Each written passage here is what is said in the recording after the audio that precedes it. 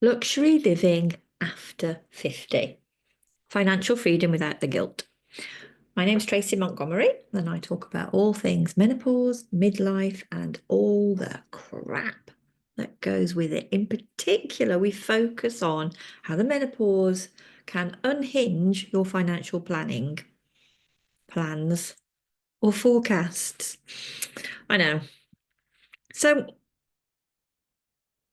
welcome. Glad you found me, because this is something that is often not talked about on our menopausal journey. We talk about the symptoms, we talk about what the symptoms can do to us, but we don't talk about the after implications so much with those symptoms and how they can derail so many other things that are going on around you. So during our midlife, which is when our menopause transition comes into play, things going on around us caused by that hormonal shift can create some hormonal midlife challenges. So we know that these symptoms, the brain fogs, the night sweats, the insomnias, a lot of these happen during what we call the perimenopausal stage. So this is when we get in the big flux. And this is what we often associate as being called menopause. So menopause has got more than one stage. So you've got your premenopause. That's when things are okay, but you might notice that something is happening. Your periods go from 4 to 6 weeks, that type of thing. Or you haven't had a period for 3 months, or you're not sleeping so well. You notice that things are happening. Perimenopause is that hormonal shit show bit, the true roller coaster. We don't know how long it's going to last. We don't know how long your symptoms are going to last each time. We don't know how debilitating your symptoms are going to be. We don't know how severe they're going to be. It's not an exact science. We don't even know when they're going to start. But that is part of your menopause transition. You then go to postmenopause. Postmenopause is a bit afterwards, and this is the bit that we always forget. So you'll talk to somebody, female, who has been through the perimenopause stage, and they'll go, I'm out of that now. I've done that. I've got my patch. I survived. But they forget the postmenopause bit. The postmenopause stage is with us till we shuffle off.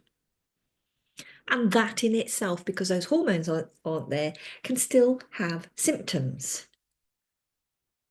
They might not be as severe, they may be more chronic.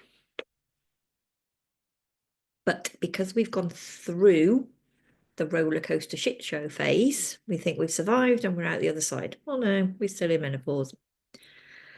It's a bit confusing, I know. The hormonal shit show bit, though, is the bit where we are mostly affected. That is the bit where our ability to cope, another symptom, can leave us, lose us. So we can have, during this phase, career setbacks. We could be about to fly in our career, and then those hormones get in the way and it stops us dead. The brain fog, the insomnia, the inability to control our feelings, we get emotional, we get erratic in how we interact with people. We're not the person that we used to be. So that can have a big effect on our career progression. We may, during midlife, because this is what happens, need to take time off to care for, look after elderly relatives. The burden often sinks to us as females because that's what we do. We care, we nurture, that's what we do. There's also growing evidence that there is a huge increase in women over 50 finding themselves on their own for the first time. And that not only has an effect on our confidence, our self-esteem, our psychology, also has an effect on the money we've got. I'm sure that some of you out there are looking at me and going, yeah, it's happened to me. I am not in the financial position that I thought I would be. There can also be, on top of this, added healthcare costs. Now, I know those of you that are in the UK are going, yeah, well, we've got the NHS. Well, the NHS provides so much, but we might need added extras. We might need to purchase added vitamins. We might need to have things that hold our bones together a little bit more, the supports. We might want things like grounding sheets, or we might want different bedding, you know, the ones that keep you cool, the ones that keep you warmer, the ones that you need to change all the time because you're sweating so much. There's so many added extras that we don't think about. And what overwhelmingly can happen is that you're not feeling like the person that you used to be. You don't feel capable, you don't look like you used to do, you don't cope with things like you used to do, and that can leave you feeling lost. So that can have implications on everything around you, your careers, your relationships at work, your personal relationships, relationships with your family. Does not mean, though,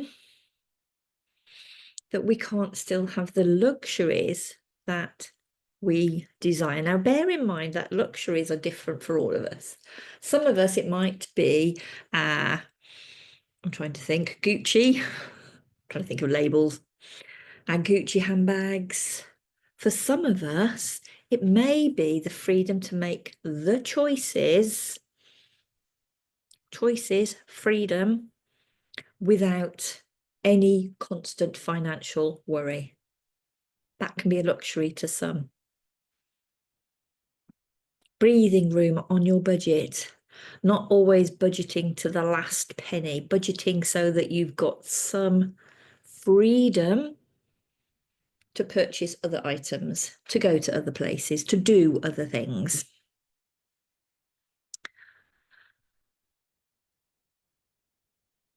The luxury of time and money to spend on rejuvenating yourself. You know, we talk about self-care being a priority. You need to have the freedom of time. You need to have the freedom of money to be able to do that. It's quite expensive going for a massage once a week. Quite expensive finding yourself needing acupuncture, acupressure, going on a retreat. You need the time freedom and you need the financial freedom to be able to do that. And financial freedom improves your quality of life. So there are ways of doing that. Bear in mind, I am part of a membership that has a luxury mall attached to it where I can spend, but I can also introduce you to be able to spend or earn. So we need a bit of a mind shift. And we talk an awful lot nowadays of mindfulness and how we need to approach things a little bit more holistically, and how we need to redefine what we mean by certain terminology. So certain terminology with luxury is the lifestyle to do what we want, when we want, how we want. So how can we do this? What practical strategies can we utilize so that we still have that luxury within our lives? So 3 things I'm going to give you today. Strategic splurging. So look at those luxury items and think about, or elements, not just items, because it might be, as I've said, a retreat, something like that can enhance your well-being to make you feel better about yourself. take advantage, I've already mentioned it, of the new membership economics. Been with us for a while now, but we've used it on things that we just pay for, not that things that are going to pay for us. So think about those sort of memberships. Yes, you pay into the membership. What do you get out of it as well on a financial gain, other than just... I glitched a bit then. So if there's a glitch in here, I do apologise.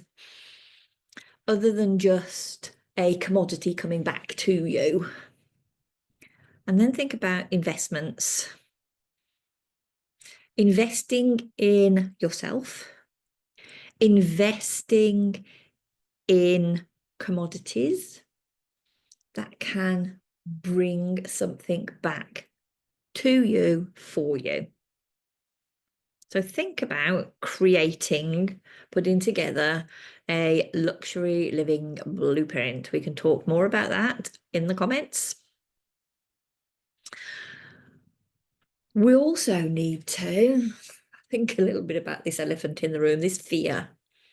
We've been conditioned since we were in school that we would be with somebody until we're not with somebody, as in we're not here. We're conditioned to the fact that we need somebody to validate us. You're a better person if you've got somebody else with you. And when that person, that support person, is not there, when you are at your most vulnerable, you question yourself. So you need to look at where you can get support via communities, via friendships that can give you the support that that significant other has now taken away from you. So bear in mind that some of these memberships can offer you a community. They can offer you that support. They can offer you that camaraderie that you may have lost. Yes, in a different format, but it's still there. And it's people that are aware, and it can create more for you. The community, the support, the financial gain, slightly different, isn't it? It's something to bear in mind. It's something to think about. And it's something that I would like you to think about.